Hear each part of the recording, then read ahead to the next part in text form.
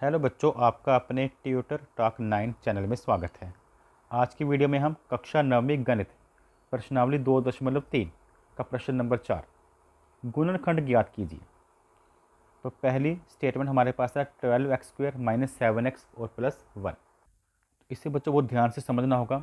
सबसे पहले हमारा काम क्या होता है, इन दो नंबर को पहले और आखिरी नंबर को गुना करके साइड पे लिख लें। जैसे आप ऐसे समझ सकते हैं कि हमने P और Q दो नंबर को गुना किया है, तो ये एक तरह से PQ हो गया, जो कि 12 × 1 करके आ रहा है। और प्लस कर कर हमारे पास -7 आना चाहिए। P + Q क्या होना चाहिए, जो बीच वाला अक्षर जो है -7 नंबर। तो यहाँ पर दिमाग लगाना होगा कि कौन से दो नंबर ऐसे हैं जिन्हें मल्टीप्लाई करके 12 आए और उन्हीं नंबर को प्लस कर कर -7 आए। तो बहुत से नंबर माइंड में आते हैं। 6 2 का 12 हो गया, लेकिन 6 और 2 को प्लस करें तो 7 नहीं आता। 6 और 2 का माइनस करें तो भी 7 नहीं आता। इस तरह 3 4 का 12, 3 और 4 को प्लस करो तो 7 आता है, लेकिन हमें -7 चाहिए।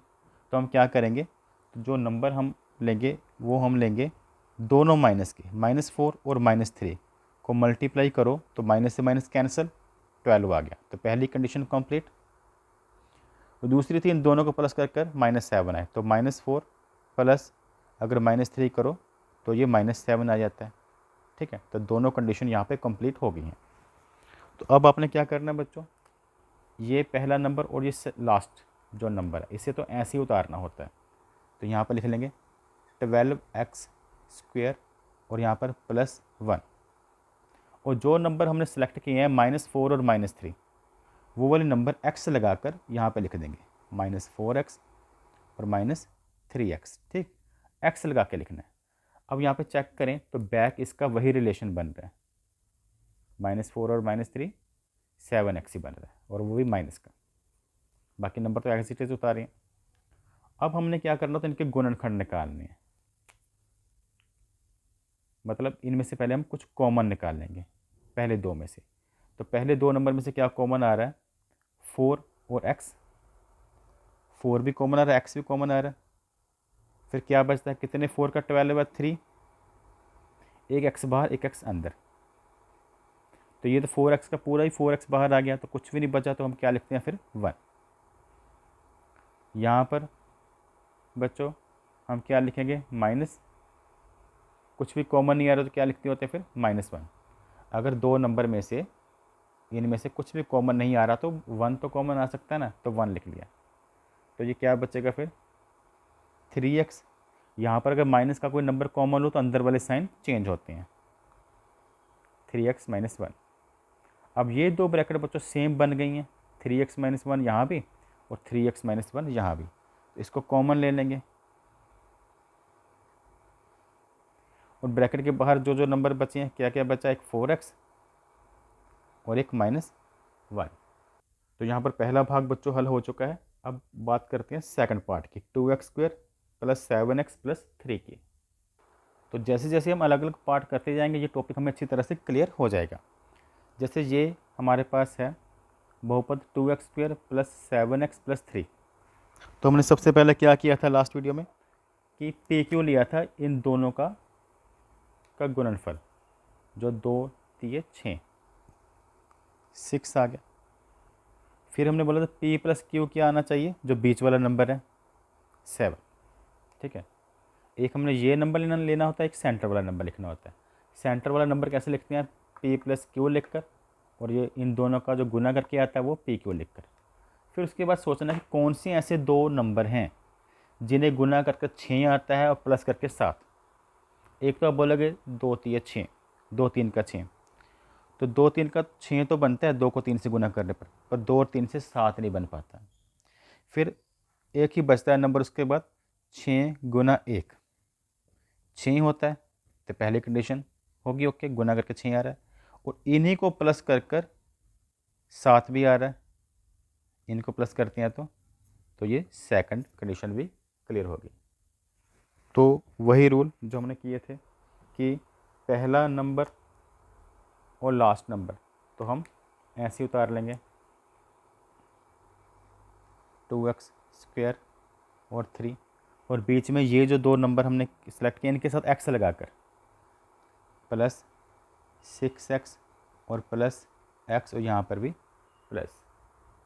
अब यहाँ पर भी बैक जाए तो 6x और 1x क्या बन रहा है, 7x बन रहा है। ठीक है, अब इन दो में से और इन दो में से अब कुछ भी कॉमन आता है तो कॉमन आप लेकर देखेंगे, तो दोनों में से बचा 2 कॉमन आ रहा है, x भी दोनों में से कॉमन लिया जा सकता है, तो अंदर क्या बचता है, 2x कॉमन ले लिया अगर बाहर इसमें से, तो एक x फालतू है ना, तो वो बच गया। तो यहाँ पर सिंगल x है, यहाँ पर x स्क्वायर है, एक x फालतू है। अगर यहाँ से 2x कॉमन लूँ तो 2 3 का 6 होता है, तो 3 बचा है, x तो बाहर आ गया ना। अब यहाँ से कुछ भी कॉमन नहीं आ रहा तो 1 लिखते हैं, और वही नंबर सेम आ जाएंगे यहाँ पर x प्लस 3। तो ये दो ब्रैकेट हमारी सेम बना करेगी, जितने भी हम ये पार्ट्स करते हैं ये ब्रैकेट जो बने वही ये वाली ब्रैकेट बनती है हर बार। इन दो ब्रैकेट जो सेम बनती है उन्हें एक बार लिखा जाता है, या कह लो इसे कॉमन ले लिया जाता है पूरी लाइन में से। अब इसको कॉमन ले लिया तो क्या बचा, 2x प्लस 1, ब्रैकेट के बाहर बाहर वाले जो नंबर थे 2x प्लस 1। तो ये इसका सेकंड पार्ट सोल्व हो चुका है। अब करते हैं इसका थर्ड पार्ट। जो थर्ड पार्ट है बच्चों 6x square plus 5x minus 6, इसमें बच्चों इन दो नंबर को करेंगे गुना, पहले और आखिरी को किया जाता है गुना, 6 को 6 से गुना करेंगे तो क्या आता है 36, इसे पी क्यू लिखा जाता है। और p प्लस क्यू यानी कि जो बीच वाला नंबर होता है x कोफिशिएंट 5। अब देखना कौन से दो ऐसे नंबर है जिन्हें गुना कर 36 आए और प्लस कर 5, और इन्हें गुना करके बच्चों आ रहा है माइनस का 6 है, तो यहाँ पर माइनस भी लगाऊंगा, -36, क्योंकि 6 को गुना कर रहे हैं हम -6 से। आप सोचेंगे किन किन को गुना करके -36 आता है और प्लस करने के बाद 5, तो 9 और 4 को। अगर बच्चों 9 और -4 को गुना करते हैं तो ये आता है -36, और जब 9 और -4 को प्लस किया जाता है तो वो हमारे पास आ जाता है 5, तो यही नंबर सेलेक्ट होंगे। अब ये दोनों वैल्यू हम यहाँ पे उतार लेंगे, 6x स्क्वायर और यहाँ पर -6, और बीच में यही 9 और -4, x लगा कर लिखना, याद रखना है। 9x, 9 तो प्लस का है ना, 4 माइनस का है, -4x। अब वही कॉमन वाली बात, इसमें से कॉमन लेंगे, इसमें से कॉमन लेंगे हम। इसमें से बच्चों आपको पता दोनों 3 के टेबल पे जाते हैं, तो 3x कॉमन आ सकता है। अगर यहाँ पर 3x कॉमन आता है तो अंदर क्या बचता है, 3 2 का 6, कितने 3 का 6 है आपने देखना है, 3 2 का, एक x बाहर, एक x यहाँ पे एक्स्ट्रा है तो आएगा अंदर, बचेगा। अब ये 3 3 का 9, 3 3 का 9, एक x था और एक x बाहर है वो। अब इधर से कॉमन लेते हैं, यहाँ से बच्चों क्या कॉमन आ रहा है, 2, दोनों 2 के टेबल पे जाते हैं। और मैंने बताया था अगर यहाँ पर माइनस हो तो ये साइन चेंज हो जाती है इनके, 2 2 का 4, और यहाँ पर आएगा, यहाँ पर प्लस था बच्चों, प्लस, तो यहाँ पर आएगा +3 कैसे है, 2 3 का 6 होता है तो 3 है। यहाँ पर माइनस था, प्लस क्यों लगाया यहाँ पर, क्योंकि यहाँ पर बाहर ब्रैकेट के बाहर माइनस हो तो अंदर वाले साइन चेंज होते हैं। ओके, अब ये दो ब्रैकेट बच्चों बन गई सेम, तो इसे कॉमन अगर ले लें 2x प्लस 3, तो हमारे पास बचता है 3x माइनस 2। तो इस प्रश्न का बच्चों थर्ड पार्ट सोल्व हो चुका है। अब इसका फोर्थ पार्ट सोल्व करते हैं। फोर्थ पार्ट बच्चों इस स्टेटमेंट का है 3x square minus x minus 4। ठीक, अब इसमें वही रूल, इन दोनों को गुना करेंगे 12, और 12 हमने यहाँ लिख लिया। बीच वाला नंबर कौन सा है, कोई नंबर नज़र आ रहा है, -x है तो इसे -1, x का कोफिशिएंट क्या है -1। ठीक है, क्योंकि इसके साथ मानेंगे 1 लगा हुआ है। अब देखेंगे किन किन को गुना करके 12 आ रहा है और घटाने के बाद, जब प्लस करने के बाद -1 आ रहा है। अब यहाँ बच्चों 3 गुना 4, जो 4 गुना 3 कह लो, हमें पता है 4 को 3 से गुना करो तो आ जाता है 12। ठीक है, और 12 बच्चों कौन सा चाहिए था हमें, यहाँ 3 और ये -4 है ना, 3 को -4 से गुना करेंगे तो -12 की बात हो रही है। ओके, यहाँ पे माइनस लगाना मैं भूल गया, तो हमें भी -12 चाहिए। तो या तो 3 के साथ लगाना पड़ेगा या 4 के साथ, एक माइनस लगाना पड़ेगा। अगर 2 यहाँ पे लगाते हैं तो +12 बन जाते हैं। ठीक है, हमें यहाँ पे -12 चाहिए, एक माइनस लगाना होगा। तो कहाँ पर लगाएंगे वो डिसाइड करेगा ये वाला -1, क्योंकि इन दोनों को प्लस करने के बाद हमारा आंसर -1 आना चाहिए। तो बड़े के साथ माइनस लगाएंगे, देखो तभी इन्हें प्लस करने के बाद -1 आ रहा है, तो यहाँ पर माइनस लगा दिया।